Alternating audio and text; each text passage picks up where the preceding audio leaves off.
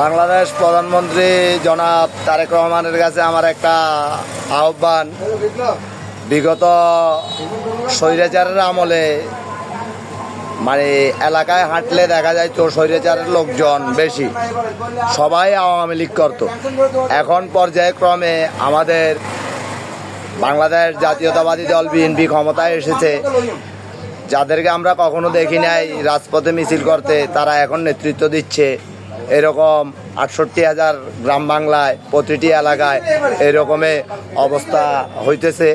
তো আমি বলবো, যারা নেতৃত্ব দিচ্ছেন অনুপ্রবেশকারী কাউকে প্রবেশ করাবেন না, তাতে আমাদের দলের যারা নির্যাতিত কর্মী তারা অবহেলিত এখন বর্তমানে বাস্তবে।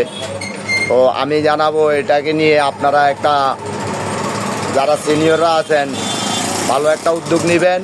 এই বলে আমার বক্তব্যটা শেষ করলাম।